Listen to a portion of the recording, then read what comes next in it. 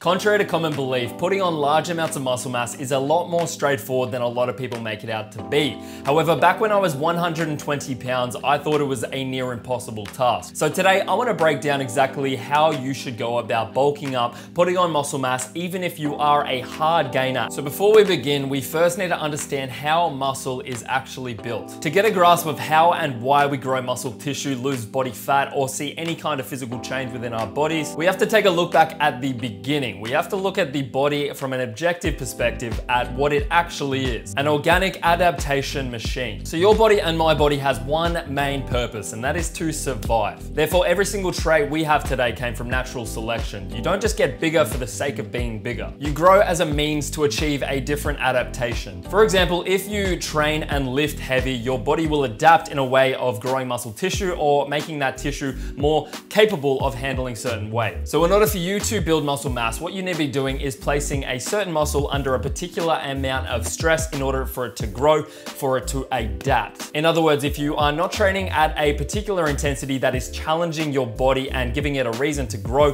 then there is no hope in hell of you building any kind of muscle mass. And that leads me on to a calorie surplus. So a calorie surplus is the thing that happens outside of the gym that allows your body to have certain reserves to build muscle mass or to increase certain energy levels. So training hard in the gym and a calorie surplus go hand in hand. If you are looking to put on muscle mass, you have to be taking into account what you do in the gym and what you do out of the gym, and that comes into play with what you put into your body. So a calorie surplus is created when there is an imbalance within what you consume and what you expend. So you want to be eating in a caloric surplus 90% of the time if you are a hard gainer, if you are someone looking to build muscle mass. You need that increase of calorie reserve to allow yourself to put more energy towards your workouts, get better muscular contractions, have more blood flow towards the muscle, as well as to recover post-workout. There is the breaking down of the muscle, and then there's the rebuilding better, stronger tissue. So a calorie surplus is when you are consuming more calories than you expend, and a calorie deficit is when you are eating less calories than you expend. It's the very basics of nutrition, but for a standard rule of thumb, you can equate calorie surplus to muscular gain or weight gain in general, and a calorie deficit to fat loss or weight loss in general. So if you're sitting there saying that I've tried absolutely everything and I still can't seem to get in the calories that I need to build that muscle, to recover from those workouts, to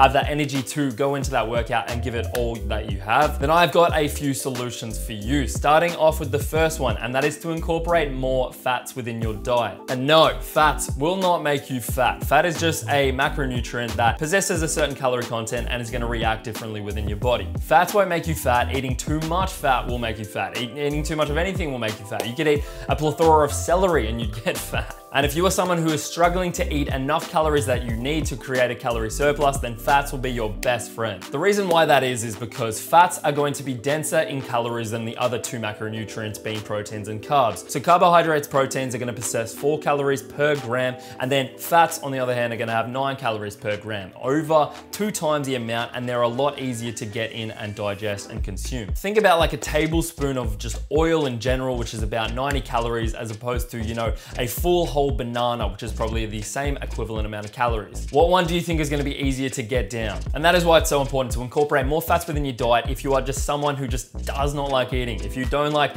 piling up on rice or potato or cereals or oats or anything like that, then definitely incorporate more fats within your diet, because it's going to be a bit of a cheat code to you getting in more calories. Think about this. If you have 1 tablespoon of peanut butter, you add it into anything you want. If you're having a shake, if you're having a post-workout meal, if you're having cereal, if you're having toast, put on an extra tablespoon of peanut butter, that is going to be another 90 calories, and just think about how easy that would be to get down the hatch. The last thing I propose you to do is create a homemade mass gainer shake. Legit, all you would need is a good source of whey protein and a blender that will cost you literally $20. If you go to Walmart, if you go to Kmart, wherever, you can definitely pick a good blender up for like 20 buckaroonios. So the protein I'm going to opt for is Isopep Zero by AHP Labs. You can get this one if you want. This is my personal favorite. It just feels so good on the stomachs. You can use my code Fraser10 and that will save you 10% off any order at ahplabs.com. Now, you obviously will need to be putting some more stuff in here, so I'm going to break down the ingredient list for you that you can definitely try out. It tastes absolutely phenomenal,